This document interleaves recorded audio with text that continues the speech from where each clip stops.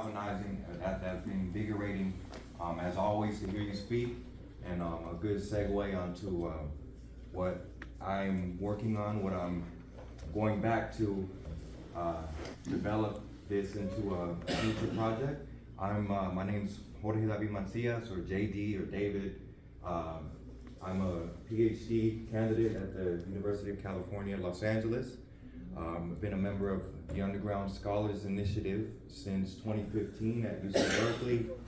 I transferred to UC Berkeley in my late 20s. I flunked out of high school at a 1.8 GPA. I didn't finish high school, so similar stories, nothing like the adversity that my colleagues have overcome, but similar background. We come from similar experiences with these different types of traumas, and that's actually the focus of my dissertation. This was actually a project that I started in 2016, but given all the all the momentum that our student organization and the challenges that we've been facing, the Underground Scholars, to thrive at University of California as a student organization that supports and advocates and for formerly incarcerated and system impacted students, I felt the need to go back to this research, and it's about being formerly incarcerated and the implications that has within the university. Criminal stigma and campus policing. So just a quick background on the Underground Scholars Initiative. It's tailored for system impacted, and those are individuals who have family members or who grew up in low-income neighborhoods that have been impacted by policing, and formerly incarcerated students, people who have challenges getting employment because of the blemishes on that were imposed to them by that label.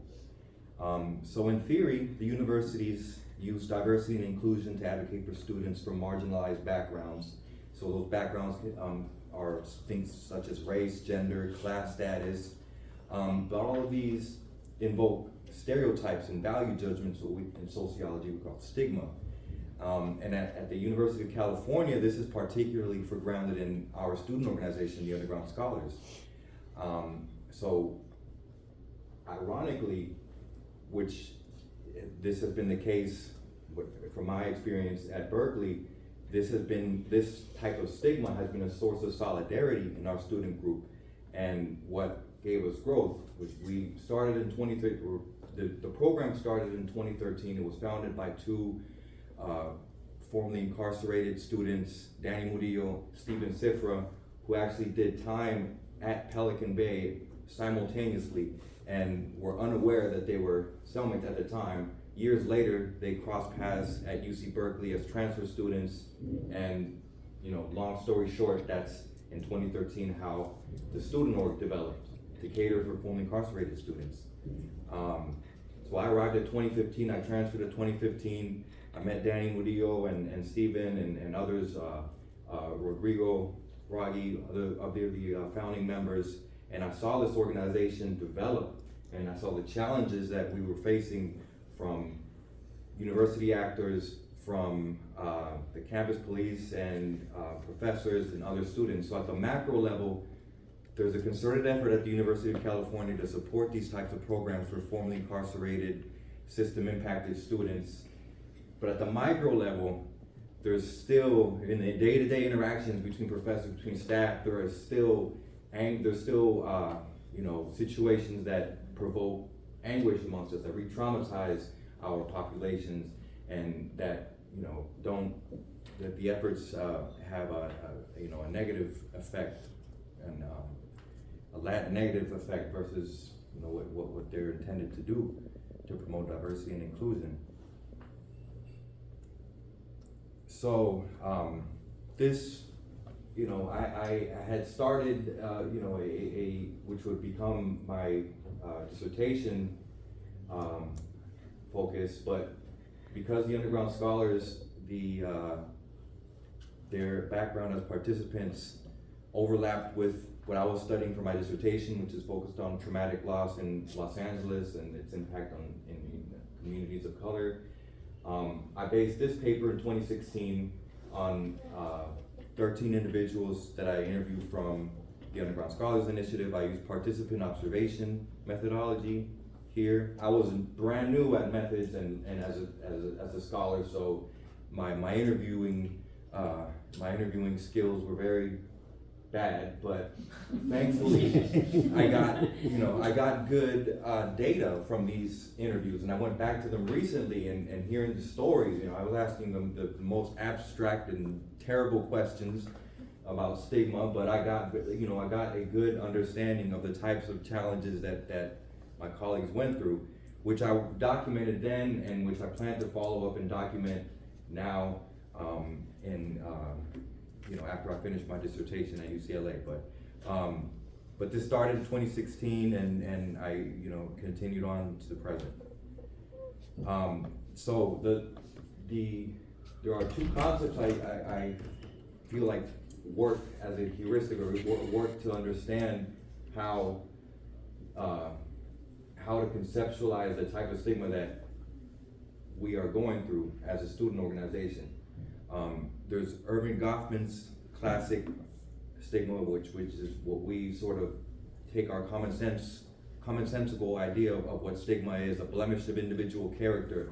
It's a source of shame based on attributes that mainstream society perceives as deviant, like someone who has a criminal record.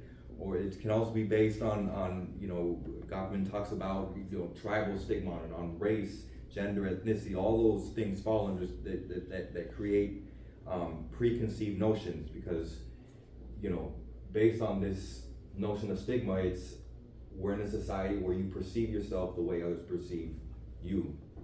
And so Professor Lara Miran extends this into criminal stigma and how in institutions such as the emergency room, people with tattoos or people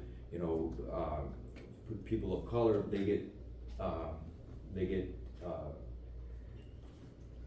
they're treated, they're put on queue, they're made to wait in the ER, and in his ethnographic study he calls this criminal stigma. And similarly in the university, there's the same thing going on with criminal stigma, and how we go to the library and we're not really perceived as students. We're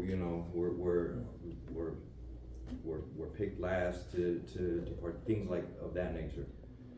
So then there's another outlook on stigma that I got from Patricia Hill Collins and her concept of Black feminist thought, and how this stigma can lead to the outsider within status, to being able to view oppression because of the multiple marginalities that one has, that intersect with race, gender, with your background as someone who might have experienced adversity.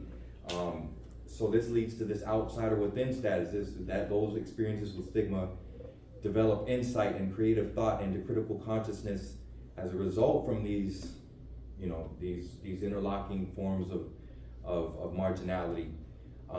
And there's a shared culture, and specifically if we're talking about the underground scholars, with our shared background. We have people from different backgrounds, from Northern California, Southern California, from street organizations that oppose each other in prison and on the streets, but there's still solidarity based on this shared stigma or this shared experience in overcoming the experience of incarceration. So in theory, like I said, the university is trying to promote diversity and inclusion, but what I got from a lot of the narratives was a mixture. It was positive and negative. So one of the founding members here might not have time to go to give all his to read all of this, but he's talking. This one of the founding members was talking about how when he first started the conversation about getting a space for our student organization, UC Berkeley did initially give us support, but his parole officer didn't want him to go to UCPD, but there was advocacy from the university to get him to enroll. And so a lot of the first experiences from members, and I used a one letter acronym for anonymity. Um, it was their first experience were overwhelming. My first experience at UC Berkeley were overwhelming, given my background.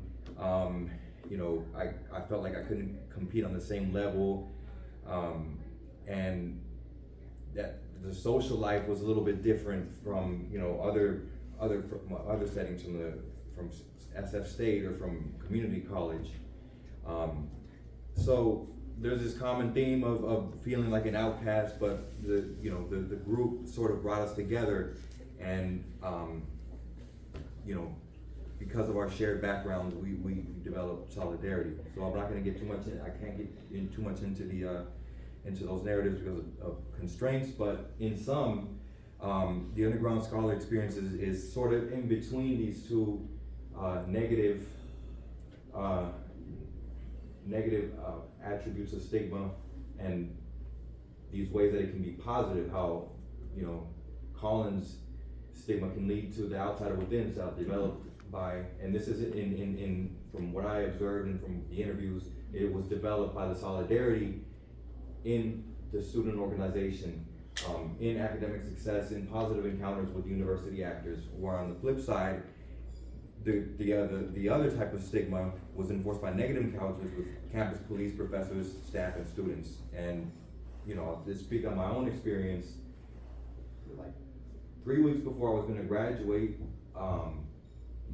there was this demonstration for a conservative speaker or something that was going to happen at UC Berkeley. I had no idea this was going to go on. I'm walking home from my ex-partner's house. She lived like 2 blocks from campus, and so I'm going to where I lived in the south side of Berkeley. I lived in right above this bar, so there's always belligerents, and I mean, just as my colleague has spoken, we come from backgrounds where you always feel like you need self-protection. I had a Swiss Army knife on me, and legal, and I'm very cognizant of these things, so I knew that the blade has to be this length, but I always carried it on me just because of where I always see college students being belligerent, and it's just a thing of habit, just that security blanket. Well, I walked through campus. Had I been 20 feet off campus, I would have been okay, but I walked into, as you can see, 500, 400 UCPD, because of this clash of demonstrations. I didn't even know what Antifa was at the time, but they just surrounded me out of nowhere and started questioning me on, what are you doing here, and are you Antifa, and why are you taking that? Everybody's taking pictures. I mean, this is like, there's 500-600 of you guys, so, but this, this from Fox News, this just led to them, arresting me for, they found my little folding knife, and I thought it was just gonna get confiscated, maybe a ticket. Nope, felony, possession of, of a weapon on campus. That was at 11 a.m. I don't have too much time to go through all of that process, but long story short, I left Alameda County Jail at 4:30 a.m. that day, and that was thanks to the social capital I had at Underground Scholars, because once they found out, they started organizing with the university professors, and the charges were dropped, they lost it.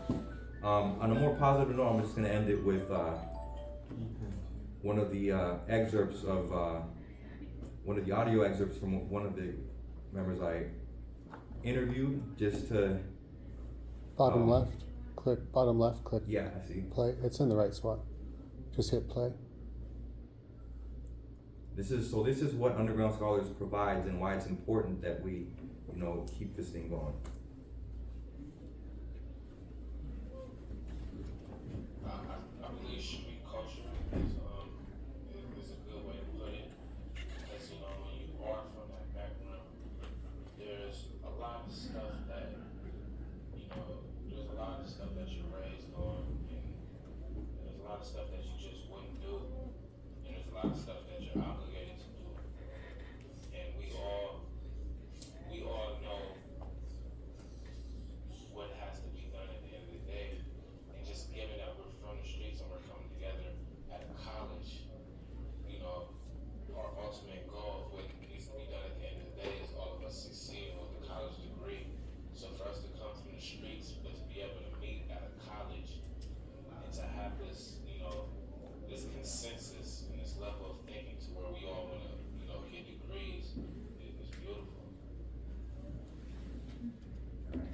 Thank you.